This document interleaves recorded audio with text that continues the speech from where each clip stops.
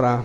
Pai, muito obrigado por esse dia, muito obrigado por esse domingo tão especial, obrigado por essa igreja tão maravilhosa, por esses pastores tão maravilhosos, amorosos, por essa família, Senhor, que o Senhor tem levantado em Itapipoca para mudar essa cidade, que nós tanto amamos e respeitamos.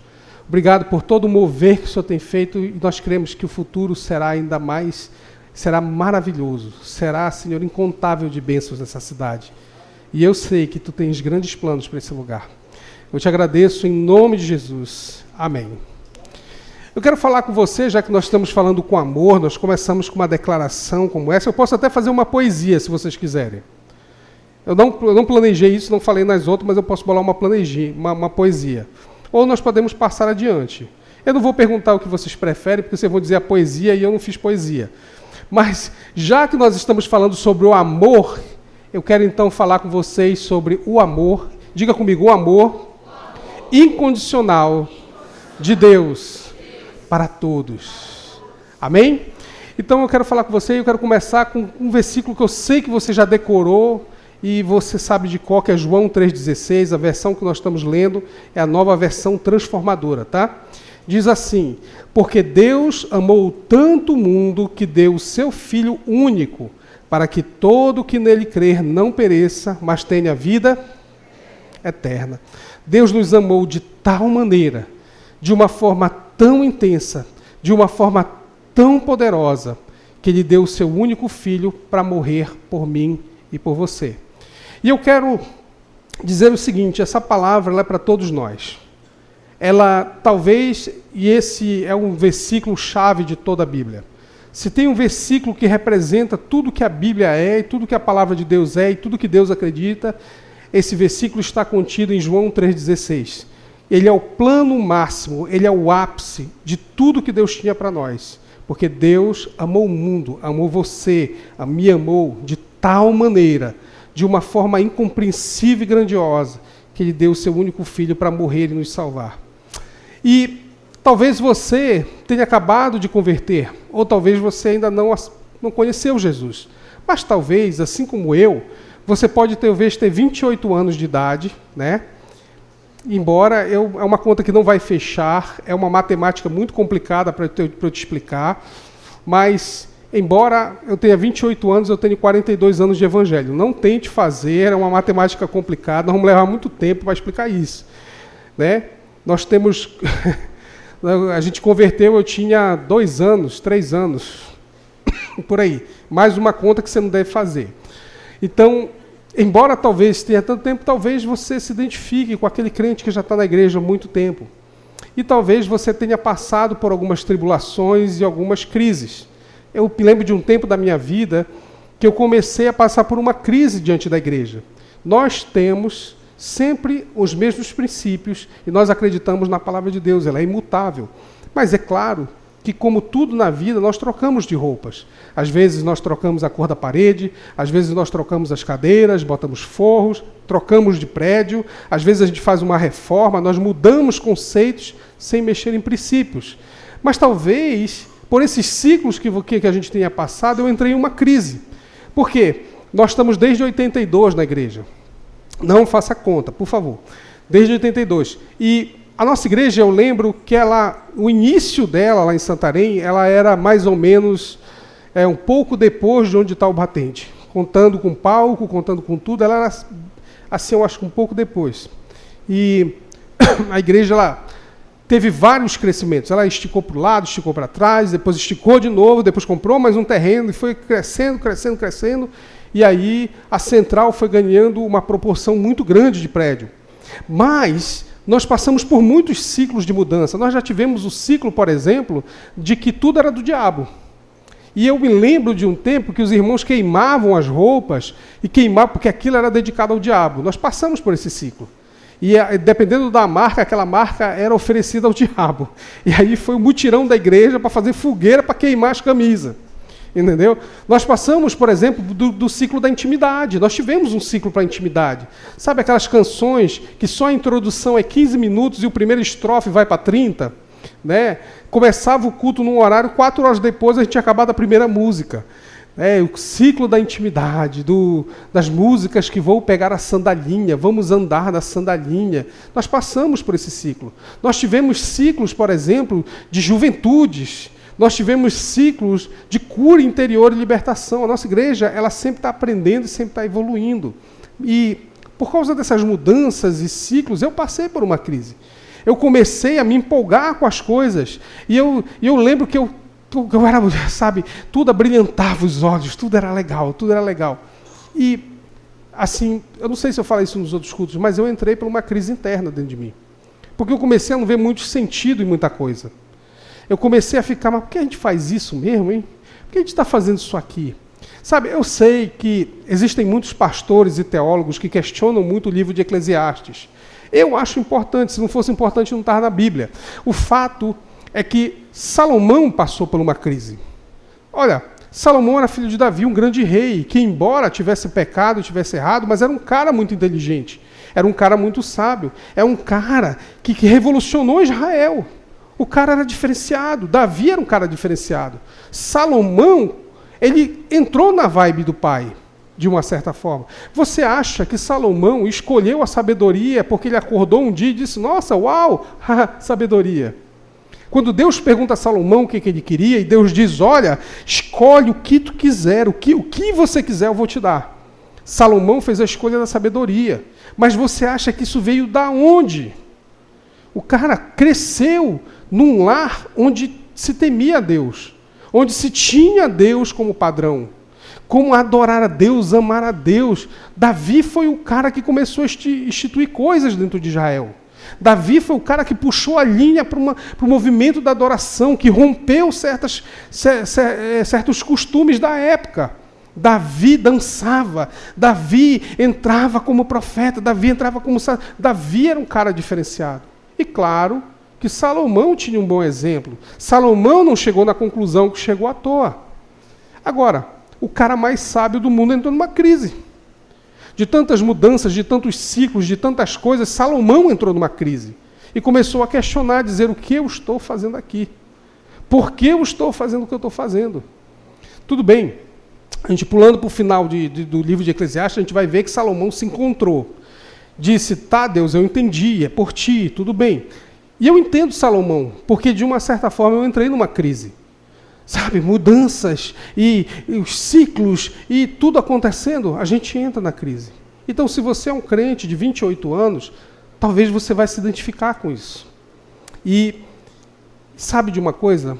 Nós precisamos entender que a nossa direção, o nosso caminho, se chama Jesus Cristo. O grande problema é que às vezes nós buscamos muitas novidades. Às vezes nós achamos que nós precisamos mudar tudo na vida. Sabe por que Saul virou rei? Porque o povo queria mudar as coisas. Porque o povo não queria os juízes e os profetas falando a Israel o que era para acontecer. Eles queriam um rei. E esse rei trouxe muitas decepções. O que isso mostra para a gente que ciclos são complicados. Se nós desviamos o foco, se nós mudamos o olhar, se nós não estamos aprumados com o coração de Deus, nós podemos passar por um período que nós não queremos. E talvez esse é o período que alguns se encontram. De pessoas que estão já há algum tempo, mas que precisam de um renovo, de entender e voltar às origens da coisa. E essa origem se chama Jesus. Ele é o autor e consumador da nossa fé. Amém? O primeiro ponto que eu quero falar com você é sobre o amor de Deus é incondicional. Fale comigo, o amor de Deus é incondicional. Romanos 5,8 diz, mas Deus nos prova seu grande amor ao enviar Cristo para morrer por nós, quando ainda éramos pecadores. Deus nos ama, Deus te ama, independente das suas falhas. Independente dos seus acertos, independente da sua imperfeição, independente de você não ter alcançado o que você acha que é a perfeição do Evangelho, Deus te ama e vai continuar a te amar. não quer dizer que as escolhas não tenham consequência. As escolhas têm consequências, mas o amor de Deus é imutável. Deus está disposto a todos os dias te chamar, esperar por você e renovar a sua mente. Sabe um exemplo que eu gosto muito disso? É o exemplo do sol. Todos os dias, às 5h30 da manhã, entre 5h30 e 6, dependendo da época do ano, você vai ver o sol nascendo e o sol subindo, até que chega ao final da tarde o sol se põe. A Bíblia fala que as misericórdias do Senhor, elas se renovam sobre nós a cada manhã, como o sol. A Bíblia não diz como o sol, mas eu quero te dizer que é como o sol. Todos os dias as misericórdias do Senhor te dão uma nova perspectiva, te dão um novo começo. Todos os dias recomeçará o mesmo ciclo, não importando o que você fez. Esse é o amor incondicional do Senhor. O amor incondicional do Senhor não vem para te julgar, para te destruir. Ele vem para te dar vida, para te dar um novo ciclo. Todos os dias nós temos a oportunidade de chegar e dizer: eu quero mudar, eu posso mudar, eu vou mudar. E por que eu te digo isso? Constantemente as pessoas, elas costumam confundir aceitar a Jesus e converter. São duas coisas diferentes. Uma coisa é você ter uma decisão pública, e amém, graças a Deus, você é salvo. Receber Jesus no seu coração te garante a vida eterna, se de coração você aceitar Ele como seu único e suficiente Salvador e tomar posse do sacrifício da cruz. Agora, a conversão não. Conversão é um processo que começa e continua todos os dias. A cada momento, a cada passo, muda-se algo na sua vida. Transforma alguma coisa na sua vida. E hoje talvez você não acertou, mas amanhã você recomeça e você tenta de novo, mas depois de amanhã você tenta de novo, mas amanhã você anda mais um pedaço. É um processo que infelizmente muitos não fazem. Às vezes a gente pensa que a salvação vai mudar tudo, muda tudo. Não, a salvação vai abrir uma porta. Jesus é a porta. Salmos 100 diz: entrai por suas portas com ações de graças e em seus atos com hinos de louvor, porque Jesus é a porta. Jesus é a porta que nos mostra o caminho para o arrependimento, nos mostra o caminho para a redenção, nos mostra o caminho para a redenção. Mas nós precisamos entender que existe um processo a ser seguido. E o processo, ele é todos os dias, de misericórdia em misericórdia, e muitas vezes de graça em graça. Muitas vezes é pelo favor imerecido, mas isso porque Deus te ama, porque Ele se importa com você. Eu não falei isso nos outros cultos, mas essa semana eu estou gravando um vídeo lá para Juazeiro. Isso aqui eu estou contando em primeira mão. Eu não sei se esse vídeo, se for para o ar, por favor, corta esse pedaço que é surpresa. Mas o vídeo é falando sobre o nosso coração. É dizendo como nós pensamos sobre as pessoas. E nesse vídeo, o que eu falo é: a nossa igreja é sobre você. Porque é Deus, o coração de Deus é sobre você. Deus não mandou Jesus para falar somente sobre a sua grandeza. Deus mandou Jesus por sua causa, para te salvar. Deus não precisava da salvação. Nós precisamos da salvação. Nós precisamos de transformação. E eu quero falar para a igreja isso. A nossa igreja é sobre você.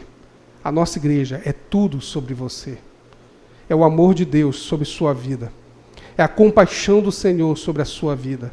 É a graça de Deus sobre a sua vida, ao ponto dele se importar com cada um de nós. Ao ponto dele nos dar uma nova chance a cada dia, ao ponto dele nunca largar a nossa mão, dele nunca desistir de nós. E não importa o que a gente faça, ele sempre está disposto a estender a sua misericórdia e nos fazer recomeçar para uma vida de vitória.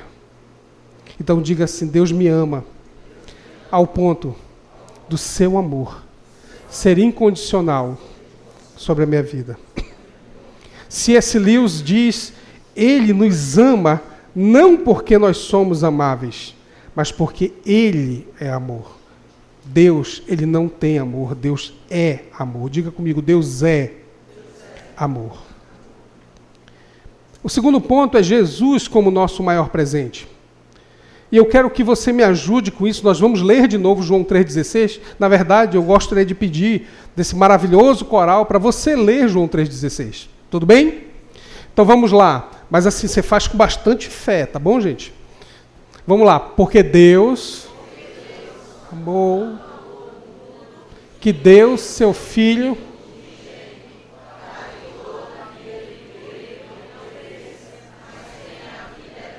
Deixa eu te falar, por que Deus não mandou um anjo para morrer por você? Pai, você nunca se perguntou? Deus podia ter virado para o Gabriel, não você, Gabriel, a gente te ama, querido. Mas Deus poderia ter virado para o anjo e dizer assim, anjo, faz o seguinte, preciso de um favor seu, filho. Eu estou com uma galera lá, uns inquilinos lá, que estão dando muito trabalho. Faz o seguinte, vai lá e resolve essa treta. Aí Gabriel viria, faria alguma coisa. Ou, arcanjo, vamos lá, Miguel, vamos lá. Você aí que é maior da coisa, faz um favor para mim. Por que Deus não mandou um anjo para morrer por você? Porque a sua vida, ela é muito valiosa para que o preço fosse barato demais. Você custa tão caro que foi necessário Deus mandar o seu único filho no seu lugar para morrer por você. O maior presente de Deus não é a vida transformada que nós temos. O maior presente de Deus não é as bênçãos que nos perseguem e alcançam. O maior presente de Deus, Ele nos deu na cruz do Calvário, dando maior importância à tua vida. Entenda, querido, quando a Bíblia fala que uma alma vale mais do que o mundo inteiro, a Bíblia está dizendo, o Deus, está pagando o maior preço por você. Ao ponto dele dar o seu único filho para morrer no seu lugar. Para ter sobre ele a maldição. A Bíblia fala em Isaías que ele seria maldito no madeiro, amaldiçoado, cuspido, que ele seria colocado como sacrifício, não apenas como ato, mas todos os nossos pecados estariam sobre ele. Entenda, você é caro demais para que ele mandasse qualquer outro no seu lugar. Ele te ama tanto que ele pagou o preço necessário para que hoje você estivesse tendo e tem a vida que ele deseja para você. Diga assim, Deus me ama.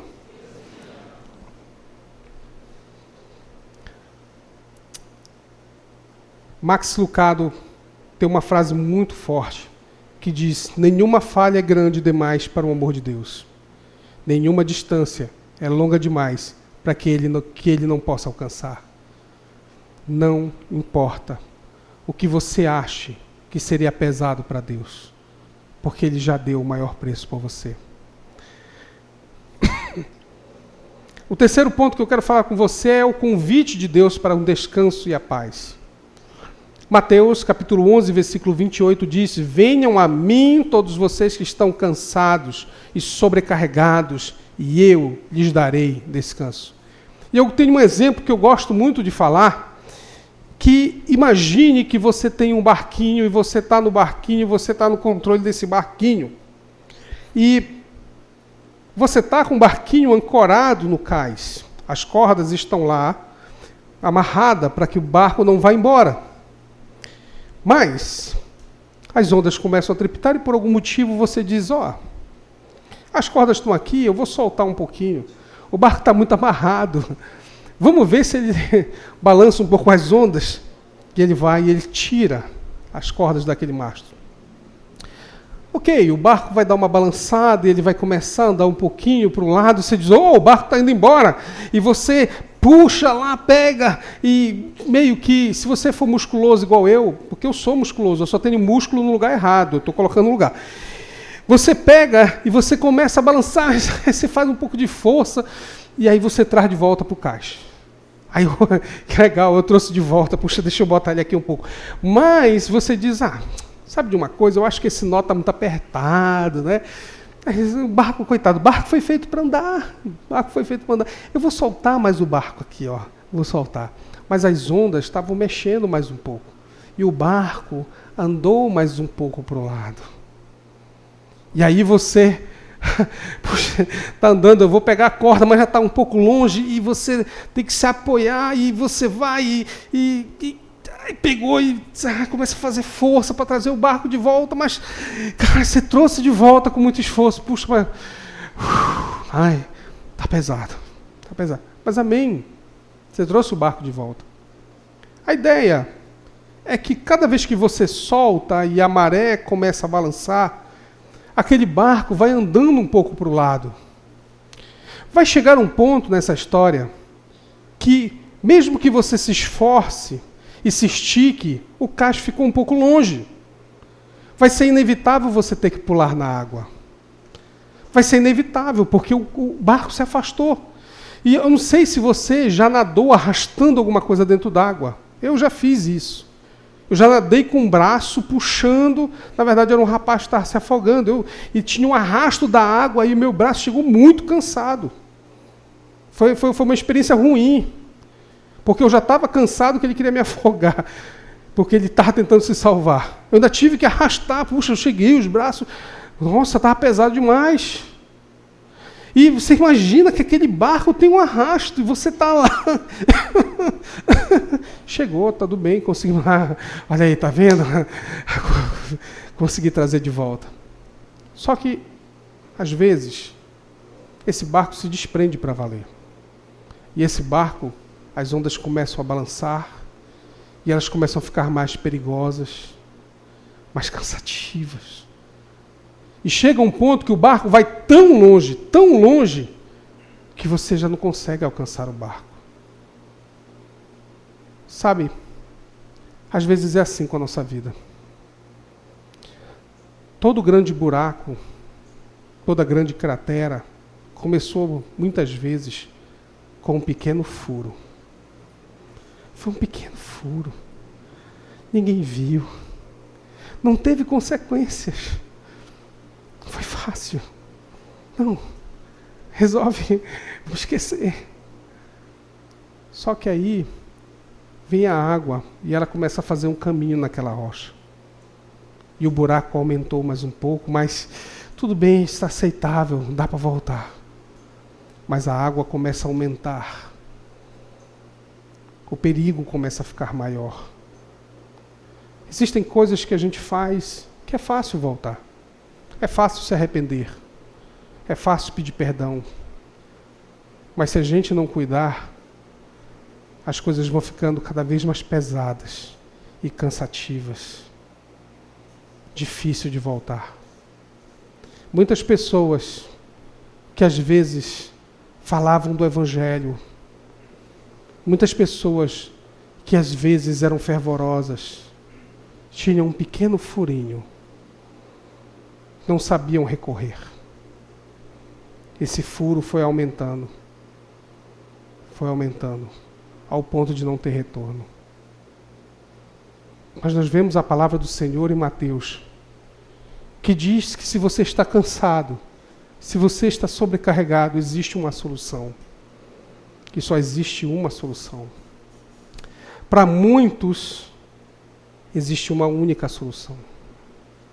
O bom de você entender isso é que você sabe fazer, você consegue entender que existe uma forma, um ponto de retorno.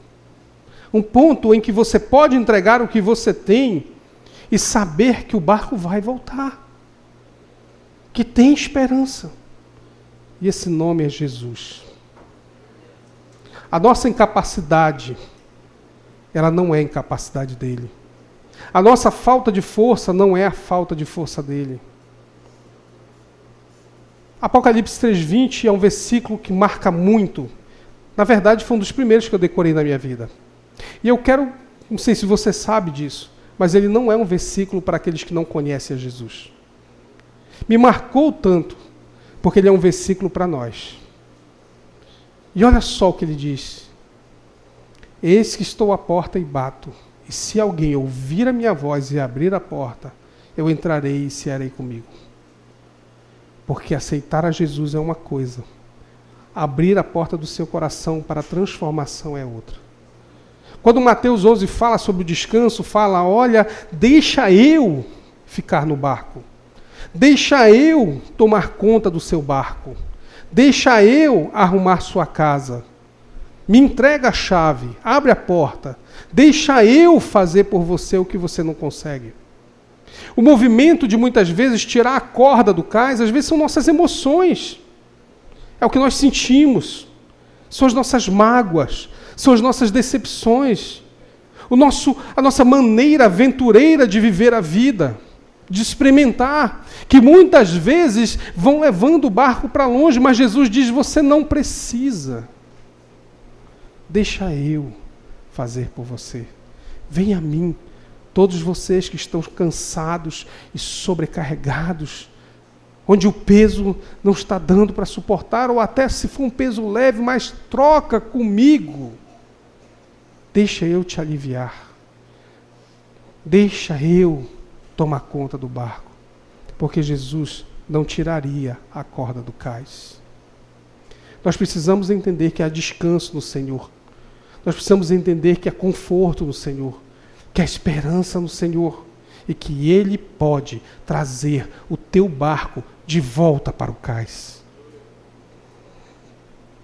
Max Lucado diz, a promessa de Jesus é de que no descanso dele encontramos a paz que o mundo não pode nos dar.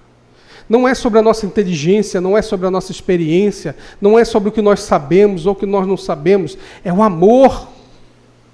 É o amor que gera misericórdia, é o amor que gera graça, é o amor que gera salvação. E o que você precisa fazer é abrir a porta do seu coração, conhecendo Jesus hoje, conhecendo Jesus amanhã, ou igual a eu, mais de 28 anos. Mas o que você precisa é entregar verdadeiramente a sua vida, a sua casa para Jesus. Cara, quantas vezes nossa casa é bagunçada, é cheia de desejos e propósitos, desfoques. Quantas vezes a gente vira o piloto automático, porque na sala nós estamos sentados na poltrona principal. Porque nós queremos gerir o que é ingerível. Nós queremos dar conta do que não era para dar conta. Deus tem algo para você. Deus tem o melhor para você. Mas o melhor de Deus começa pela porta, que é Jesus. Nós não podemos perder o foco de Jesus. Nós não podemos perder o foco do amor de Jesus. O último ponto que eu tenho para você é Deus nos atrai com o seu amor eterno. Jeremias capítulo 31, versículo 3 diz, de longe o Senhor lhe apareceu dizendo, eu sempre os amei. Por isso, com amor leal os atraí para mim. Deus nunca desiste de nós. Deus nunca nos abandona. Deus sempre estará disposto a pegar a nossa vida e a transformá-la na sua mais perfeita vontade. Mas para isso nós precisamos entender o amor de Jesus. Para isso nós precisamos nos entregar. Para isso nós precisamos aceitar a verdade que sem Jesus nós voltamos ao estágio de pecadores. Eu tenho uma boa nova para te dar, você não é um pecador. Se você aceitou Jesus no seu coração, a Bíblia diz que o seu espírito foi amalgamado com o espírito dele. E que hoje ele vive em você. E ele é a esperança da glória. Mas nós precisamos entender que ele é que nos faz ser mais que vencedores. Ele é que nos transforma. Ele é que nos molda e nos dá valor. Entender que o sacrifício dele não foi somente para a vida eterna, e sim, você vai ter a vida eterna.